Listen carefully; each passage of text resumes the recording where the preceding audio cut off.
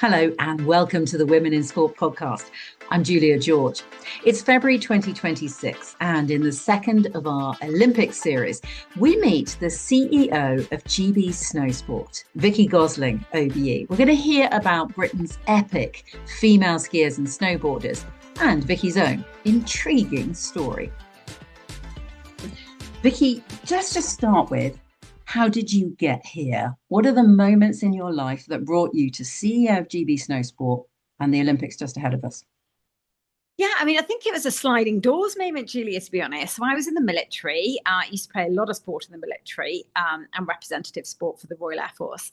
And then we had two, big conflicts, as you know, with Afghanistan and Iraq. Sadly, we took quite a few injuries with that. And I helped build something called Combined Services Adaptive Sport, which was very much supporting our men and women that were injured through conflict and getting them back into sport, whether that was tennis at the Royal Air Force Tennis Centre, I had adapted, or water sports centre. So I was known as this guru of adaptive sport. So when we sent Prince Harry out to America to have a look at their games, which is the Wounded Warrior Games, which was effectively using sport to get their men and women back into, having an opportunity to use sport for recovery purposes. Harry then saw it and said, right, I want to make this bigger, better, and international and take it back to the UK. And with that, I was due to be deployed to Afghanistan. And my deployment, that was June 2013, my deployment switched overnight to becoming the military exec lead for the Invictus Games in London. And following that, I then was I was taken to become the chief executive of the Invictus Games in America. And that's where my career with the military changed into that of professional sport. I think that's where the real switch happened. Returning from the Invictus Games in America, I was then asked would I consider taking on the chief executive role of what was British skiing and snowboarding, just 4 Olympic disciplines at the time. And I said, so long as I have the free rein to make it bigger, better, and actually more punchy in terms of visionary to enable us to hopefully compete on the world-class stage across Olympic and Paralympic disciplines. And the answer was yes. So I took it on. We merged with Para Snow Sports. We increased the Olympic disciplines. We called ourselves GB Snow Sports with a rebrand, put everything under one umbrella, brought in some fantastic international coaches, and here we are heading to the Milan Cortina Winter Games. I could not be more excited because the strength and the depth of the team has never looked stronger. And the women in particular. I mean, the women in particular are the big story, aren't they, in snow sport at this Olympics for Team GB?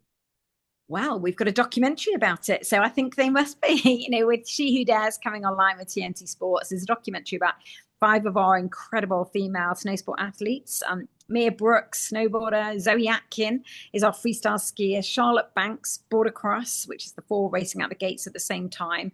You've got Kirsty Muir, freestyle ski, and Michaela Gherkin-Schofield, who is she does the moguls for us. So we've got a fantastic opportunity to showcase that British female talent. But you're absolutely right, Julia. They are, leading the way for us in snow sports. Day in, day out, weekend after weekend, we're seeing them on podiums. And despite injuries, which has been a bit of a negative backdrop, but they've come back, they've shown their resilience, and we're preparing, and let's see how they fare. Hopefully we'll take a look at them in just a moment. But just back to you for a second. You and I are roughly the same age. So we were going through school sport and sport outside of school in the 70s and 80s, university sport in the 90s. At Women in Sport, we talk a lot about keeping girls in sport, especially in their teenage years. What's your sports story? Yeah, sport at school was absolutely pivotal for me. And again, I had there were a few issues as I was growing up, and sport, just being able to be in sport after school during school hours, and finding clubs that I could, my friends could take me to. So athletics, swimming. I literally was a jack of all, master of none during that period of time, but thoroughly enjoyed it. I dabbled with tennis, hockey. I was really fortunate to be able to do that. And it was definitely a bit of a lifeline for me growing up. And then clearly the opportunity of joining the military and taking up sport was a huge attraction because within the military, sport is it's really important. You have to be fit, you have to be healthy, and the opportunity to do sport, different sports, and travel around the world is right there on your doorstep. So it's definitely been a key player for me. Kept me grounded, and there's nothing quite like it, quite frankly. The military, another bastion of masculinity or not? How did you find it? Yeah, it's really interesting because, of course, it's hugely, when I joined as well, hugely male dominated. But what I would say is when you join the military, it's very much about being broken down. It's not about being male or female. It's about who you are as an individual, how you lead, how you show up, how you execute. And in going through officer training, you are training with the individuals next to you. I think there was only 2 females in what we call my flight. The rest were males, and we had to learn to work together as a team. And it was, you're relying on these individuals as your battle buddies. You're not looking at them thinking, well, you're male and you're female. You're just seeing, what do they bring to the party? What talents have you got? What skill sets have you got? And let's operate as a team. And you can be quite life dependent. So whilst it is male dominated, it was an incredibly grounding experience. And the respect that goes between male and female, I would say, is second to none. So it was a really good foundation for me to then move into sport. How male was Snowsport when you arrived? Very. Yeah, I mean, I think it was a very male dominated environment when I first arrived. I think I was the first female chief executive of Snowsport as well. And when I went to the International Ski Federation and looked at the council and within what's called FIS, they were all male. I think it was 13 males, all average age of about 60, and a male president that had been there 40 years. So it's fascinating. But yeah, very male. And I would say, we have driven really hard to put the females that we have and these incredibly talented females forefront of the agenda, so right up there on the pedestal. And hopefully this documentary and what these women can do at the Olympics will really showcase to Britain just what it takes to win with our incredible female athletes leading the way. Go, Zoe. We currently have 3 women sitting in the #1 position in the world in 3 different disciplines. I'm proud to be able to represent GB at the Olympics. I've woken up multiple times in the night stressing about the Olympics. I'm pretty hyped to see what we can do.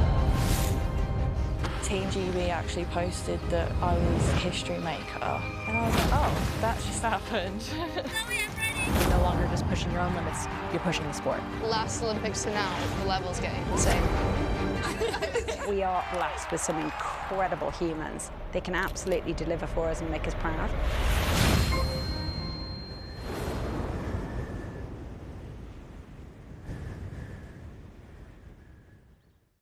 How much does visibility matter to them, to you, and to the next generation coming through who are going to see this?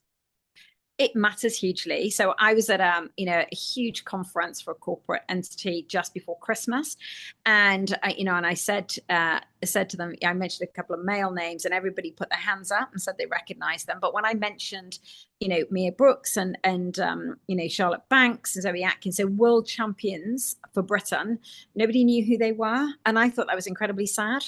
So it's so important that we actually raise their profiles and we get them to become household names, because they will inspire so many women in who they are and what it's taken to get where they've got to. And they're very humble, but they're hugely relatable.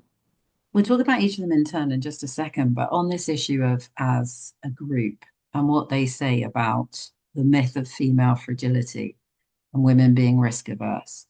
My God, if you were ever going to blow that out the water, this is it, isn't it? It's totally it. I used to have this in the military where people, suggested that women were more fragile. I've never met women quite like some of the women I came across in the military. If you want steely, that's what you get. But of course, now I see so many parallels in our female athletes in snow sports, and the risk they take. I mean, it's so high risk. You watch, Charlotte Banks, or you watch Kirsty Muir and Mia Brooks throwing themselves off the big air and doing their tricks upside down and then landing those tricks. I mean, there's nothing fragile about that. So I can assure you, either mentally or physically. They are so steely and they're so courageous in what they do, but they're also hyper talented. Let's talk about each of them in turn. Kirsty Muir then, skiing big air and slopestyle. What does that involve? Yeah, so Kirsty Muir, so that's the big S in freestyle ski. That's where you see them come off the huge big jump. And I would encourage people to actually Google it and have a look at what she does, because it's really impressive. And she will do some tricks on the way, and then she scored on the tricks, on the cleanness of the tricks and how complicated they are.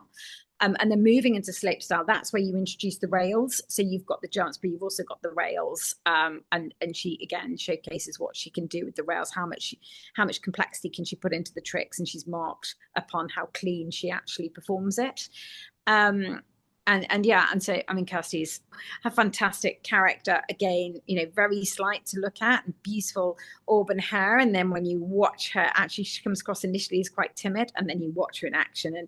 And behind all of that is this steely, impressive, talented young woman.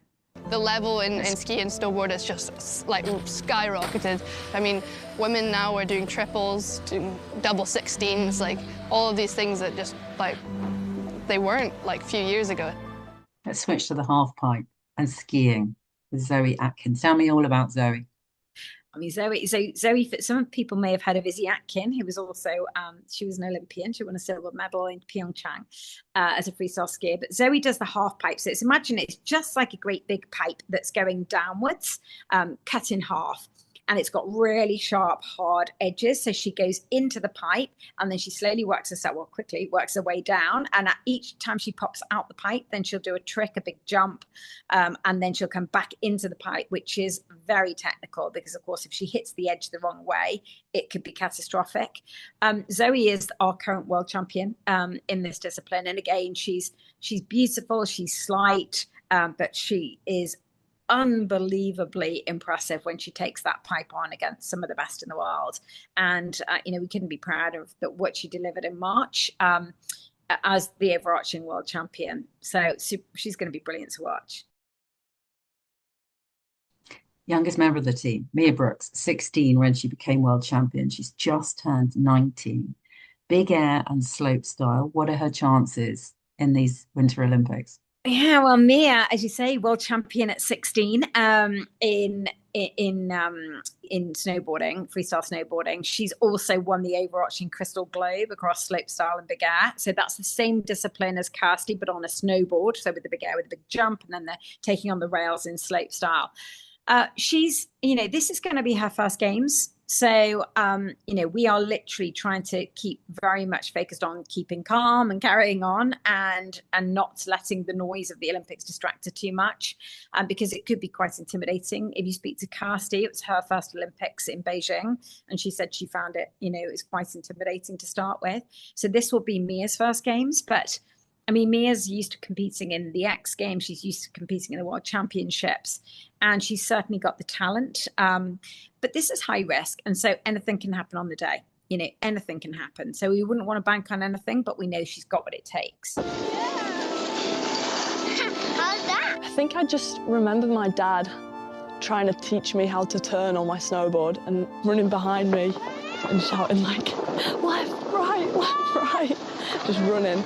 And then we had like Freddie, I think it was Freddie front foot and Bertie back foot, and my dad would be shouting at me going, Freddie, Bertie, and I'd have to put my weight onto different feet when I was side slipping down. Nice! Snowball cross. I love watching this. It's so exciting. Again, it feels like anything could happen. This is when four of them come out the gates at the same time, don't they? This is Charlotte Banks's discipline. Tell me a little bit about Charlotte. Oh, I mean, Charlotte, when you watch Charlotte, there's just, when you watch her resilience, her mental focus, and the way that she hones in and delivers time and time again against the odds. I mean, she was quite badly injured after the last games, so at the end of the season, and she's bounced back from that, and she just delivered a gold medal in China for us, which is great. But you watch Charlotte, I mean, physically, she is a demon in what she can deliver. I mean, I went to the gym to watch her training, and what she can bench press, I think, intimidated half the men in the gym. And then watching her doing a plank, and she can hold the plank for longer than anybody I know. but you just watch her focus when she comes down that slope and how she knows exactly what her game plan is. She tunes into it and nothing else matters. And I genuinely think she's one of the best talents and the best athletes Britain's actually got. So I'm really excited to see how. I mean, she's got this backdrop of injury, but also she's got the backdrop and the I guess the demons of Beijing. She went to Beijing leading forefront and center as the world champion, 4 seconds ahead of everybody else, and it didn't come to fruition. And I think she really struggled on the back of that. So she's coming to these games with a different mindset. She wants to enjoy these games, and she feels that she's got something to prove, but nothing to prove at the same time. So let's see. Makes my knees hurt just thinking about the moguls. Michaela Gherkin-Schofield. It's just unbelievable to watch her, isn't it? It's unbelievable, but also what's wonderful about her, and again you'll see it in the documentary, is her character. I mean, Michaela is she's such a good fun character, and when you see her at the top of the slopes, one of the things that she does that's unique to her, she has her music on, and you see her bopping, you see her dancing, and just before she goes down this incredible slope with all the mogul bumps, and then she does her trick, and then she does more mogul bumps, and then she does her trick. And the speed and the power and the agility that she demonstrates on the slopes is hugely impressive. But she's such a relatable character as well. I mean, she's funny. And again, I think watching her perform at the Olympics will be, really inspiring for many. Let's come back to you. CEO of GB Snowsport. You're also the team leader for these Winter Olympics. Vicky, what happens when women lead in sport? I think it's been an interesting journey. It's great to see that actually we're seeing more and more women in leadership positions. It can be quite challenging to start with. It's quite, I guess I've come from male-dominated environments, so people just expect that's what you're used to. But you almost have to prove yourself, I think, when you come into a sporting environment, not just to the men, to some of the women as well. But it's, I mean, I'm absolutely thrilled to be in this position. It's a very privileged position to be in, doing what I love, being involved in sport, but also in a leadership position, and hopefully showing that you can do things differently. I reckon I've probably got a bit of a different style to quite a few leaders out there, and I'm thoroughly enjoying the opportunity. But there's definitely a way to go, and if I can help in any way with that, then certainly that's a bit of a mission of mine. Come on, what do you mean when you say there's a way to go? Are we still tackling serious misogyny in sport? Things are definitely changing. When you look at what's happening with across football and rugby, we've really seen it come on. But I guess I've still been a bit disappointed by. If I look at some of the social media, I look at some of the content, and it's slightly exasperating. And you just think, for goodness sake, where are we and where are we heading with this? And that's the part where I think we still got a way to go, because the talent that Britain has in many different sports, and the females are showcasing the way. We really are leading the way. Particularly look at in snow sports that I'm involved in, and across surfing as well. So I want to hear more. I want to see more of women's involvement.